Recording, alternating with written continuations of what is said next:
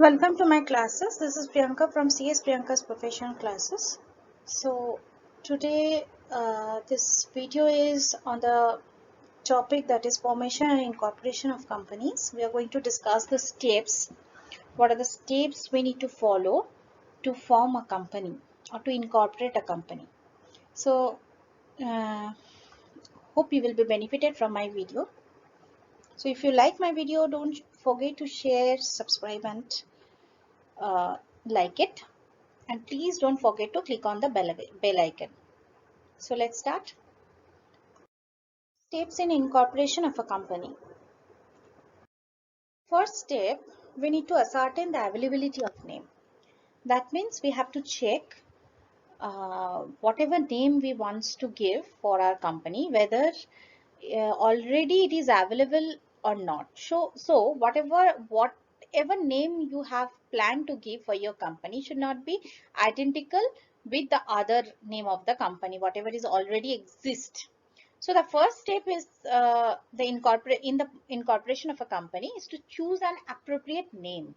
So a company is identified through the name by its registers, and the name of the company is stated in the memorandum of association of the company, which is actually the incorporation documents of the company.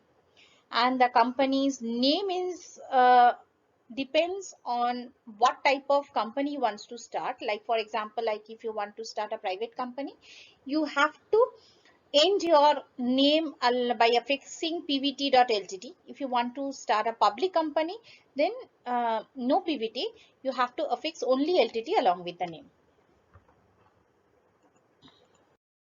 Step is a preparation of memorandum of association and article of association. So guys, MOA and AOA are the incorporation documents.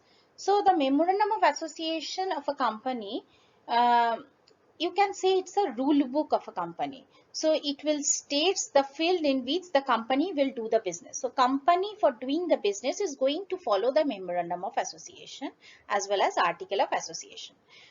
Now the what type of business the company will do, what is the objectives of the company, as well as the type of business the company plans to undertake, everything should include or should be there in MOA and AOA. Okay, and it is for actually the MOA. Now it's further divided into 5 clauses. So the following 5 clauses are usually there in the MOA. What are those clauses? Like name clause, where you have to mention the name of your company. Registered office clause, that means situation clause also we called it, like where your registered office situates, that place, the full address. Object clause, what is the object of your business? Liability clause, what type of liability, whether it's unlimited liability or limited liability, that also you have to mention. And finally, capital clause. So you have to mention your authorized, subscribed capital, okay, paid up capital, all type of capital you have to mention under the capital clause. And secondly, article of association, in short we called AOA, is basically a document that states rules which the internal management of the company will follow. So internally, to run a business, the how for managing the company, what are the rules the company will follow is states in AOA. So AOAs need to be followed by the company uh, for the internal management. And the article creates a contract also between the company and its members. And article mentions rights, duties, liability of the members also, and it is equally binding on all the members of the company. So whoever shareholders are there in the company are bound to follow the article of association, and also bound to follow their as per means what their rights, duties and liabilities are mentioned in AOA. Accordingly, they are going to act in a company. Next step is, whenever after preparing the incorporation documents, that is MOA, AOA, you have to print it, you have to sign and stamp the same. So memorandum and article of company, it's should be duly signed by all the subscriber to the memorandum, that whoever invested towards memorandum or whoever hold the shares in the company, so whoever will be are the subscribers to the memorandum needs to sign such MOA and AOA. in such a manner as may be prescribed in the Act. And secondly, the ROC, Register of Companies, can provide the necessary forms that need to be completed and filled during the incorporation of the company. And the duly completed and signed articles and memoranda of association forms can then be presented to the register of a company for vetting and approval. So what happened after filing the forms, whatever form is required to be comply with ROC during the incorporation time, after doing that, they have to submit the signed copy of MOA and AOA with the ROC for the approval. Next point, power of attorney. So power of attorney is also a legal document. This is actually required for an offshore company. So offshore company are those type of company which are incorporated in another country. Okay. So the directors can then fulfill the legal process concerning the documentation formalities, and that authorize the inclusion of a local director which can act on behalf of the company. And this is a vital during incorporation process, especially if it's an offshore company. The attorney will have the authority to make any change to other documents that are filed with the ROC, but with full knowledge of the directors. So if any company is there which incorporated in another company, in such cases power of attorneys need to be prepared.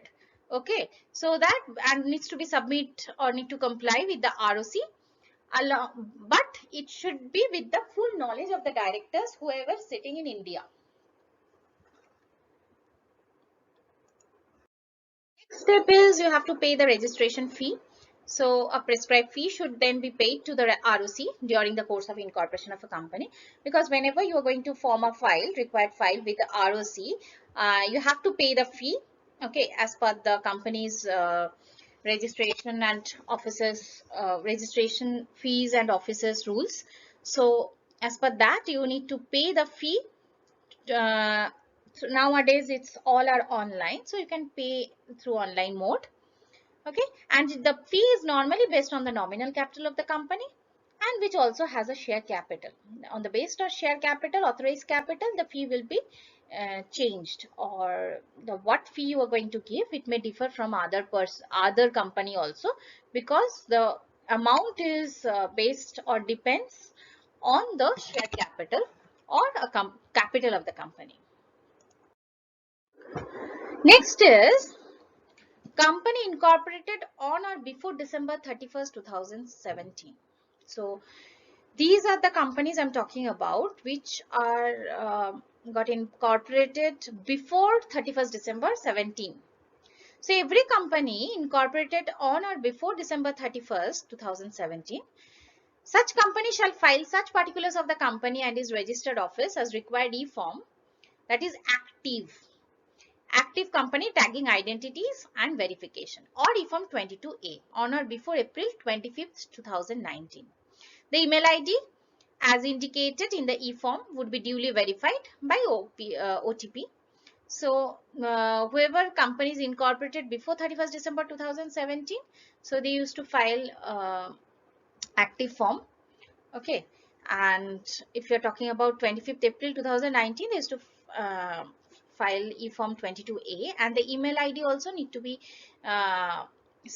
need to be includes there for verification purpose, and it also needs to, it will be this form usually filed by them, okay, through OTP. So whenever you are going to click on submit button, you are going to get the OTP, okay, in the registered mobile number. So if you give such OTP, or if you put the OTP in the form, then only it is going to be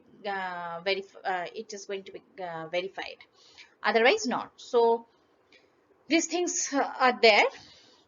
And secondly, the e-form 22A has no filing fee up to the due date, that is 25th April 2019. So that is the due date. So if you filed within April 25th, 2019, so no filing fee was required. So this was there before. Now new procedure came relating to the company incorporation in 2020.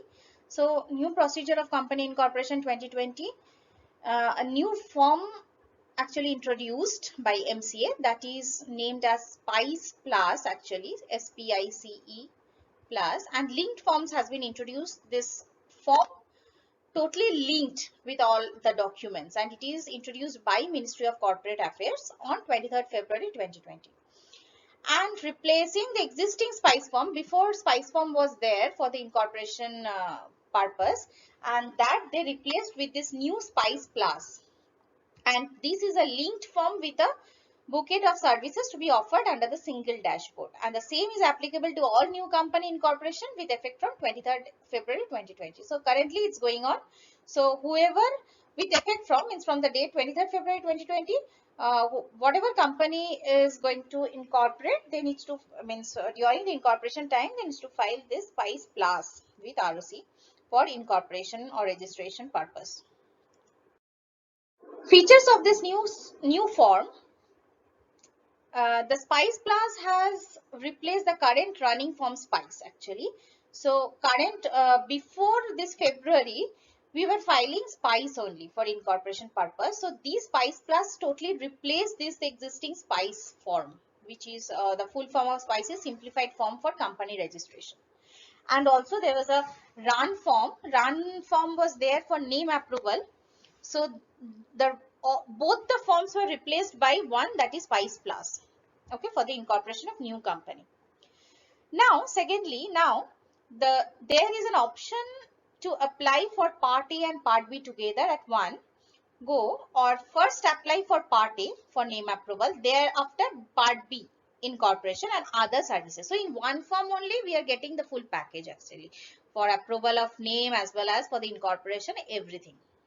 Thirdly, if you select to file only SPICE Plus Part A submitted for name approval, after name approval the process of incorporation will be open. So until and unless your name is getting approved by the other side, the second part, that is Part B, is not going to open. So once a Part A is going to be approved, after approving or after name approval only, your Part B is going to open. Then only you can fill the second part. Next is, the information entered in SPICE Plus can be saved and modified before submission, obviously. So before final submission, you can save it and you can modify whenever you want. All check forms and pre-scrutiny validation, except DSC, actually, will be on web form itself. Full is on web form.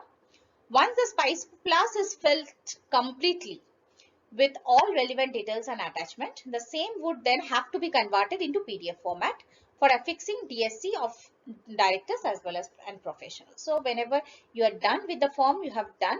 So whenever you filled all the blanks, everything, so you have to convert the same into PDF for affixing digital signature of the directors and the professional. And after DSC means now you have to validate the DSC validation, and other validation is required to be done. After that, you can upload the form with all other linked forms. Major outcomes in the incorporation of a company. For example, like point number 1, allotment of DIN, directors identification number of maximum 3 directors can be availed in SPICE Plus itself. No requirement of applying DIN number before registration. So before, what happened, before amendment, what we did, like first we have to obtain DIN number, then only we go for registration purpose. But now what happened, no need to apply DIN number before registration. So in the same form only, we can have or we can avail at least 3 directors DIN number. Next is mandatory allotment of PAN and TAN number along with the company registration. Thereby, companies need not to apply for PAN and TAN separately, what we did before, actually. Thirdly, registration for EPFO, ESIC and professional tax for state and of Maharashtra, actually, is mandatory for all new companies incorporated through SPICE Plus with effect from 23rd February 2020, which means that now please, it's for your kind attention, this clause is only for the state of Maharashtra, not for other state. So which means that all the companies will be issued normally ESI and PF number, no mandatory basis, as soon as they will cross the threshold limit, and now they need to make monthly and quarterly or annually compliances of these laws also along with MCA, and IT compliances, which were mandatory to be complied before also. So now what happened? So they can do it annually once. Got it? So this they can do it annually along with the whatever we do finally in annual return with the MCA as well as ITI compliances, you can do it along with that. So no need, means which were mandatory before to comply it with the respective authorities. Next is all new companies incorporated through Spice Plus with effect from 23rd February 2020 would also be mandatorily required to apply online for opening the company's bank account through the Agile Pro linked web form, which means that now the companies don't have to contact the banker for opening a bank account, or will be having a freedom for choosing bank and branch. Clear? So from with this bank, that's why this form is known as linked form. So many links are there along with this form. So through this form only they can open a bank account. No need to contact with the banker separately. Next, now the process is more simplified, as an all new proposed company and requiring GST registration can also apply for the same along with the incorporation procedure, and don't have to wait for step by step procedure or time taken by the regulator for approval application. So no need to obtain GST separately. Okay, so what happened with this, by filing the same form only you can get the GST also. You can get registered yourself with the means you can get the GST registration also along, means with the same form. No need to apply it separately, or no need to follow the separate steps. Okay, by the means as per the regulator for approval of the application separately. So only through this same form you can do all this, or you are getting all these facilities. Next is fast and speedy process. The procedure of incorporation through Spice Plus is fast and speedy process along with all the registration in one go, because only you have to file only one form. Along with that you are getting everything: PAN, TAN, GST, registration number, DIN number, everything. And obviously it is cost effective, lastly, because before, think now, we used to file lot of forms, and for that separate fees we need to pay. Now one form you have to pay the fees one time, so it is really cost effective. The procedure for incorporation with all the features is very cost effective, as there is various kind of fees relaxation for new company, but once the company is registered there will be separate cost for each and every registration. Now, this is a very important updates and news relating to EPFO and ESI returns through Spice Plus form.